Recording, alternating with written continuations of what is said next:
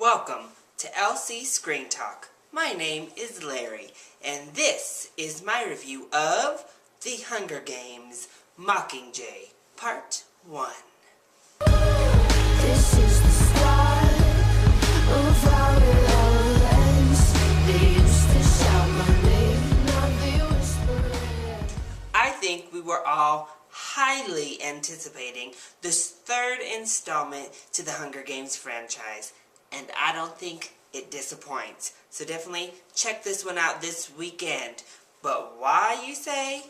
Well, to start, our two main characters from the last two films are really delivering.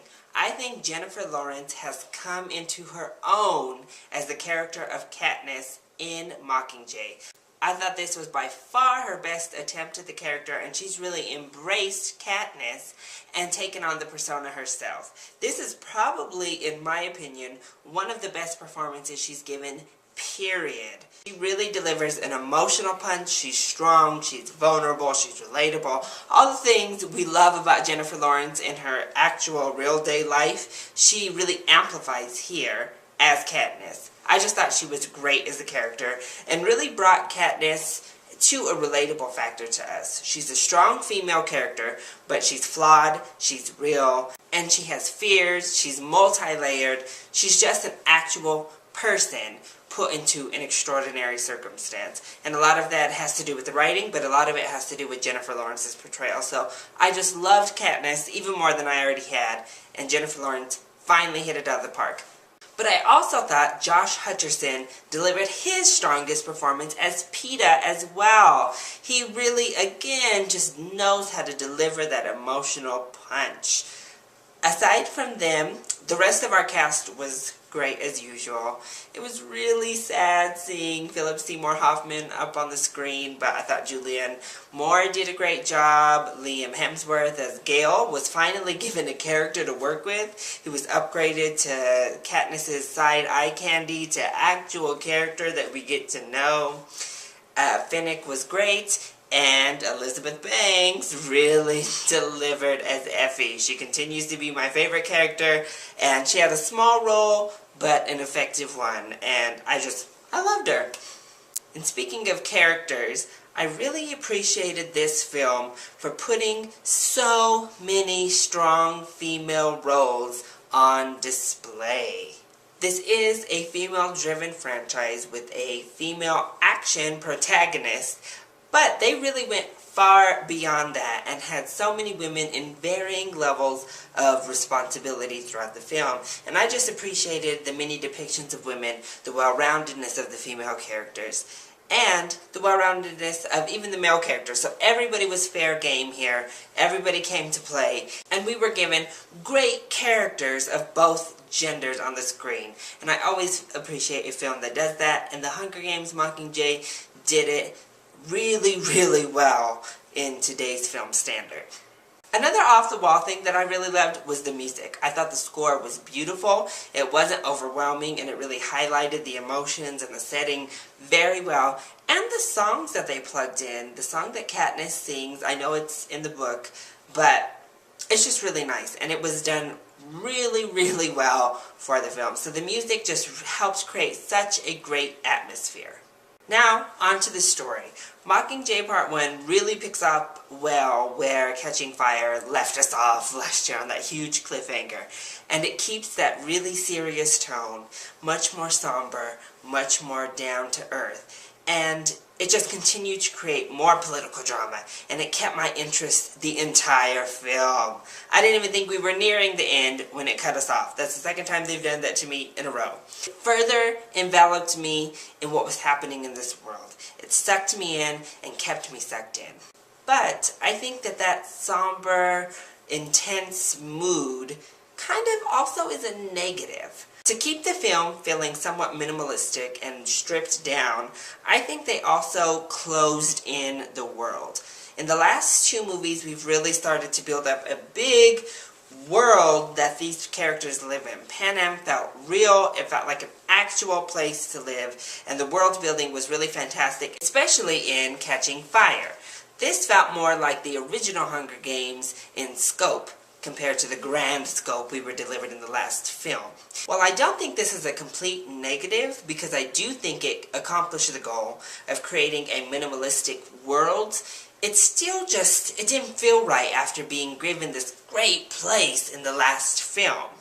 And another contributing factor to the smaller scope is that we didn't have any Hunger Games in this movie. When you take out the Hunger Games from the Hunger Games franchise, I think you just lose a certain chunk of the story. We didn't have something to revolve around. We didn't have something to leave toward. We didn't have the games where we were invested into a subplot line so heavily. That added excitement, that added action, that added a whole new world for them to create. This movie didn't have the game, so we did lack action, we did lack a little bit of excitement, and we did lack a world for them to further develop. The negative for Mockingjay Part 1, and I do believe probably Mockingjay Part 2, is that the whole premise that made that first film so intriguing to so many people is now gone, and it's not coming back. We've completely shifted focus, and now it's all about the political drama. And I think the lack of action is going to turn off some of the fans that the franchise had gained outside of the world the books created.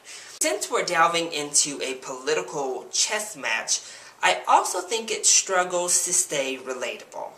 This film really focused in on those politics, but it wasn't nearly as effective as Catching Fire. And the reason for that is that the politics felt completely engrossed in the Hunger Games universe, in Panem itself. The last films focused on the government as a whole and really made parallels to our actual world so that we could relate to what it was, and that there was commentary behind the games and behind the action and the violence you were seeing on the screen.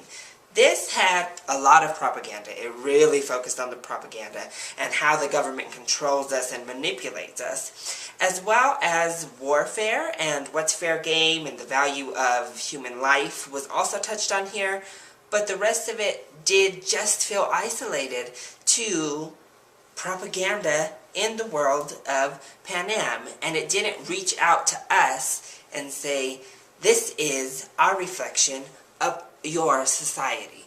This is what actually is happening. We're just putting it in an entertaining way. And I think when you lose that relatability and that societal commentary, you do create a disconnect to the audience. But overall, I really enjoyed Mockingjay. I think this would be ranked second so far for me. Catching Fire is still definitely number one. And then Mockingjay and Hunger Games are pretty close, but the first Hunger Games unfortunately gets knocked down to third after this.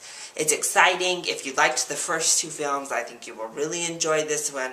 It's headed in a new direction, but it still keeps you invested in the characters and the plot lines that you already know and have been invested in, and it takes them down a darker path that I think we're all really excited to get to. Plus, we're left with another slightly less jaw-dropping cliffhanger this time round. But now I can't wait until November 2015. So, go out, rush and see the Hunger Games like I'm sure most of you are going to, because we already know this will be the biggest opening weekend of 2014. I definitely recommend going out and being a part of the big event as soon as you can. So, that has been my review of The Hunger Games Mockingjay Part 1. I hope you enjoyed this video, and if you did, click like down below, and subscribe to the channel while you're at it so you are always up to date on our latest videos. And, have you seen Mockingjay? Are you interested in the Hunger Games franchise? Let me know! Get involved in the conversation and comment down below. I love you all so much for your support. Thank you for watching, and I'll see you next time. Bye!